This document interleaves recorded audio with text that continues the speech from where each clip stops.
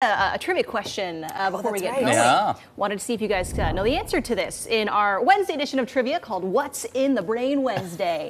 So this was a picture of the lights down in Salem, the northern lights that we had on Friday last week. So my question for you is, what is the aurora called in the southern hemisphere? So, you know, they do happen on both sides of the globe. Yeah. Is it A, the southern borealis, A, the aurora australis, C, the polar lights, or D, just also called the aurora borealis?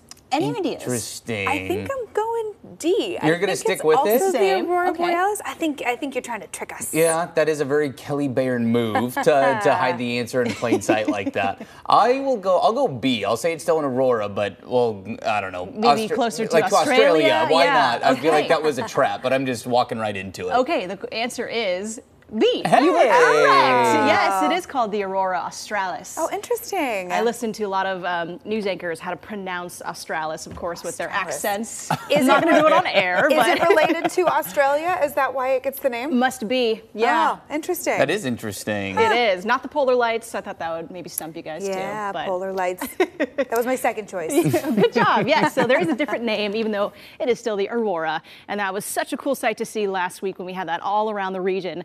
And being able to see it here right over Portland was very cool too. Now, as we get going on this morning, here's your peek out to Ridgefield. Our look at a few of those high clouds shifting in. We're getting blue skies now. We're building up that daylight. It's going to be a very nice morning again, a quiet morning here with some patchy clouds, but a lot of sunshine to enjoy today. As we head our way into our morning, we'll likely hover in the mid to upper 50s, maybe the low 60s even for some, but we'll warm up fast. We're already back in the 60s by about 10 o'clock.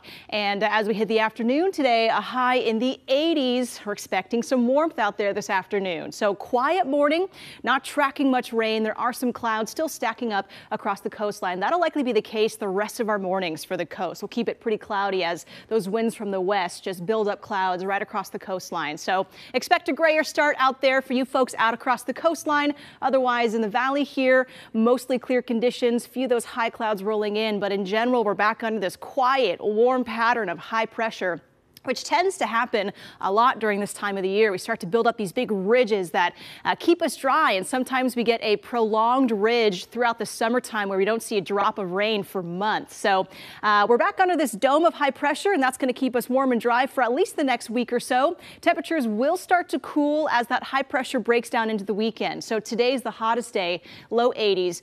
Still a pleasant warm afternoon tomorrow, low 70s, but we'll start to knock down those temperatures into the 60s as we hit this weekend. So do expect some cooler days ahead. The 60s are still very pleasant, but we'll stray away from the 80s heading into this weekend. So there it is, some cooler air shaping up. This is an upper level trough. It's a weak one, but we're driving in some much cooler air from up north here. So temperatures will fall. Still pleasant out there. Temperatures near normal, mostly in the upper 60s, which will feel very nice, and will stay mainly dry, but I do see a chance for some showers building back up as we hit maybe next week. So look at all the dry days that we still have in place this week. That includes today throughout the weekend. Will stay mainly dry. There could be some pockets of light drizzle that might get squeezed out right over the valley here, but no significant rain until we get to next week. There have been some trends of maybe some showers setting up by Tuesday of next week throughout next week. So we'll keep watching that trend, but again, lots of dry time ahead this week to get back outside. The coast today will likely see those clouds burning off and turn sunny by the afternoon. Also, temperatures warm too, likely back in the low to mid 60s. So not a bad day out there. Great day to fly a kite too. We'll see some breezy conditions, maybe some gusts up to 25 miles per hour for the coastline. So that could be a fun activity out there under the sun.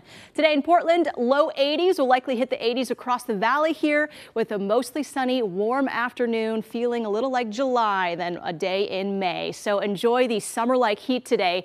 As we hit Thursday, we're cooling off a little. Still fairly dry. As we work our way into Friday morning, there could be some drizzle out there. We'll start out a little cloudy, but still plenty of blue sky breaks and sunshine to enjoy as we cool off this weekend in Portland back into the mid to upper 60s. All right, Kelly, thanks so much. Let's take a look outside at the